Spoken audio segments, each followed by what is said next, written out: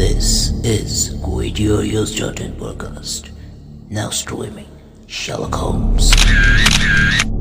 Scandal in Bohemia.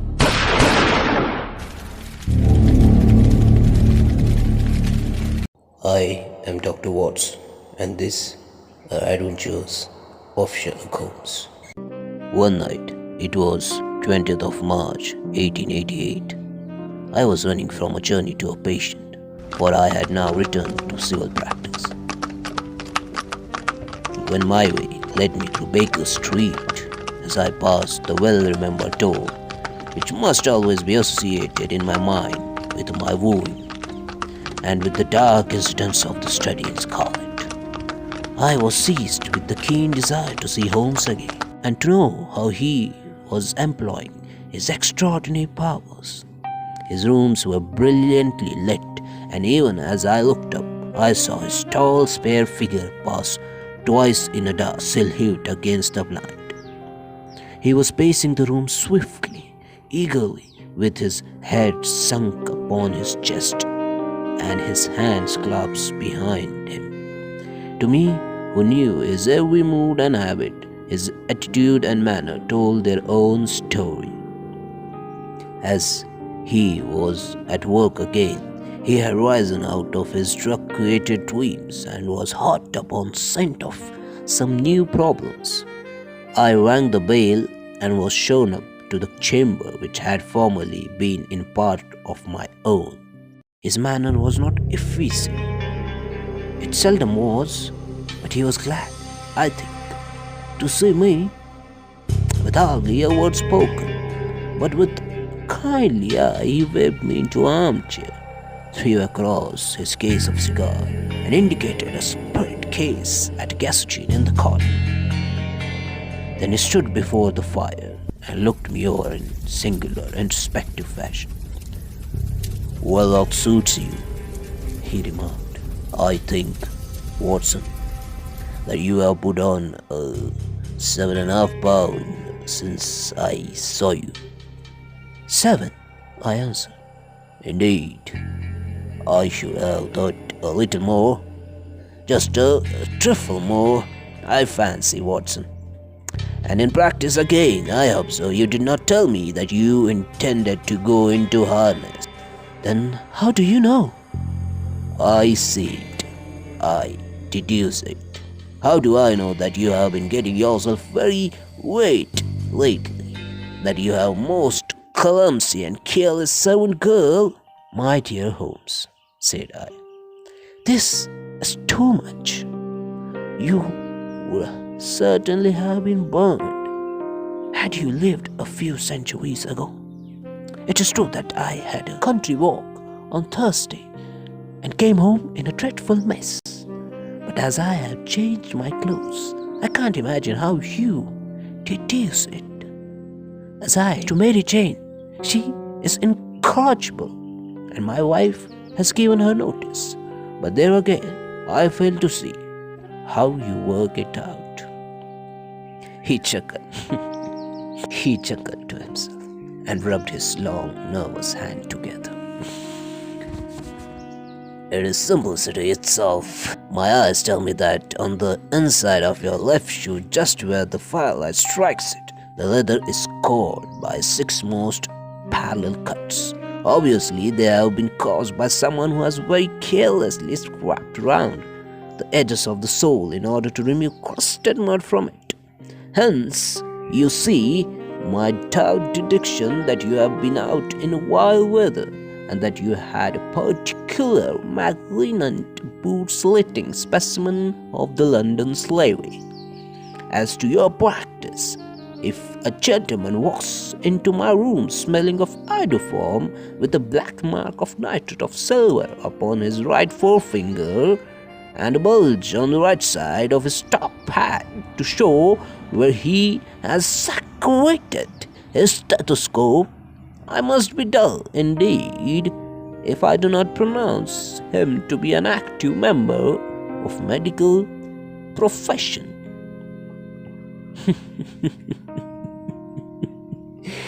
I could not stop laughing. at the ease which he explained his process of deduction.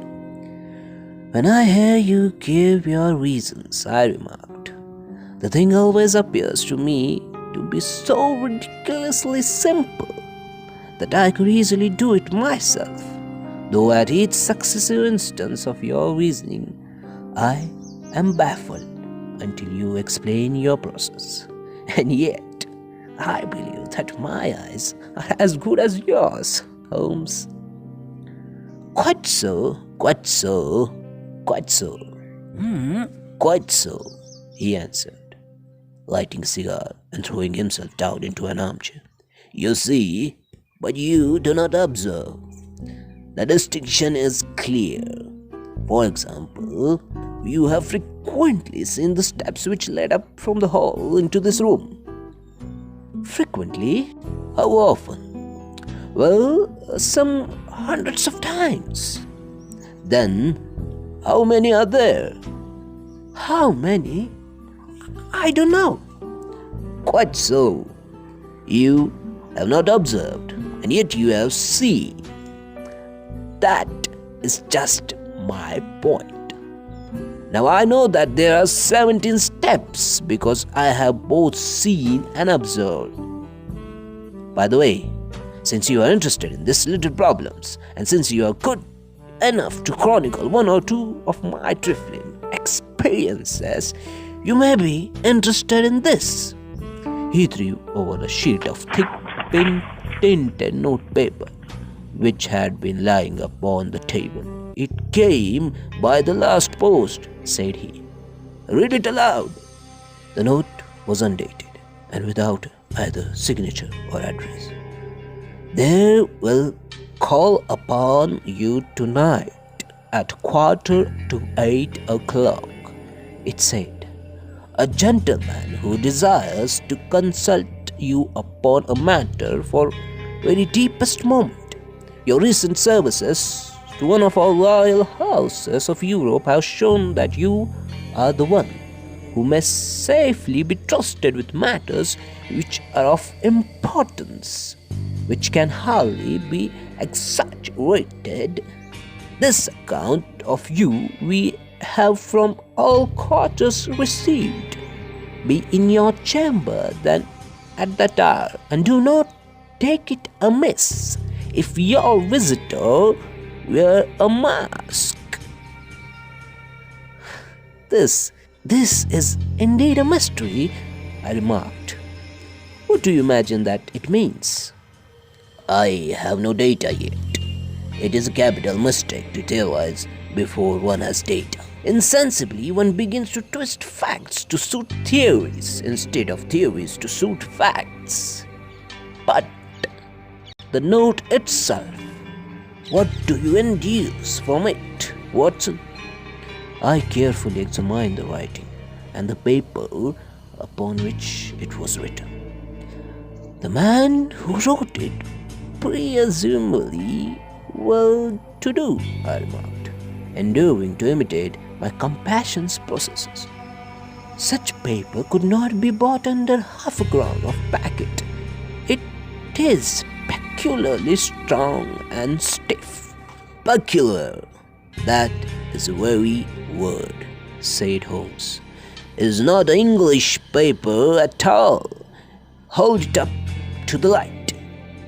I did so, and saw a large E with a small g and a P, and a large G with a small t woven into the texture of the paper.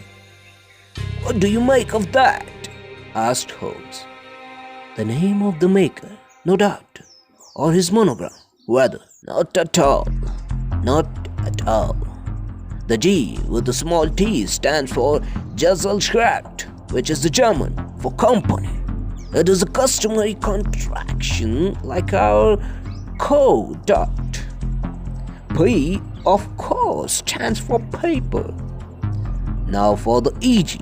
Let us glance at our continental gazetteer." He took down a heavy brown volume of his shells. Aglonets. Here we are, Aguilla. It is in German-speaking country in Bohemia. not far from Carlsbad, remarkable as being the scene of death of Wallenstein, and for its numerous glass factories and paper mills.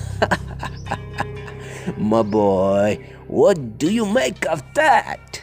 His eyes sparkled as he sent up a great blue triumphant cloud from his cigarette. The paper is made in Bohemia, I said. Precisely. And the man who wrote the note is a German. Do you note the peculiar construction of the sentence? This account of you we have from all quarters received. A Frenchman or a Russian could not have written that. It is the German who is so uncourteous to his verbs. It only remains, therefore, to discover what is wanted by this German who writes upon Bohemian paper and prefers wearing a mask to showing his face. And there he comes, if I am not mistaken, to resolve all our doubts. As he speaks, there was a sharp sound of horses, hoofs and grating wheels against the curb, followed by a sharp pull at the bell. Holmes whistled. A bell, by sound. As yes, he continued, glancing out the window. A nice little brougham and a pair of beauties, 150 guineas apiece. There's money in this case, Watson, if there's nothing else. I think that I had better go, Holmes. I think I had better go. Not a bit, Doctor. Not a bit. Stay where you are. Stay, I say. I am lost without my Boswell, and this promises to be interesting. It would be a pity to miss it. But your client, never mind him.